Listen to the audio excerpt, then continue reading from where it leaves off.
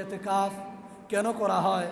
এতেকাফ তো আল্লাহ পাককে পাওয়ার জন্য, আল্লাহর কাছে দাবি দাবা উপস্থাপন করার জন্য এতেকাফ করা হয়।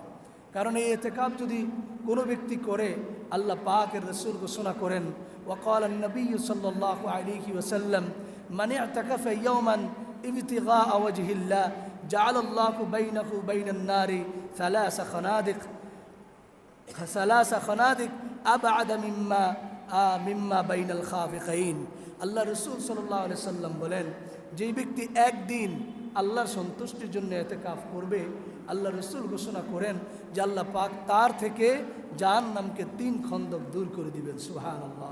গত সপ্তাহ কথাটুকু বলেছিলাম, আসমান জমিনের যতটুকু পার্থক্য, 1 খন্দক এতটুকু পার্থক্য। এর মানেই হলো যে আল্লাহর সন্তুষ্টির জন্য এতেকাফ করবে, আল্লাহ তার জীবনের গুনাহ খাতা মাফ করে জান্নাতের সার্টিফিকেট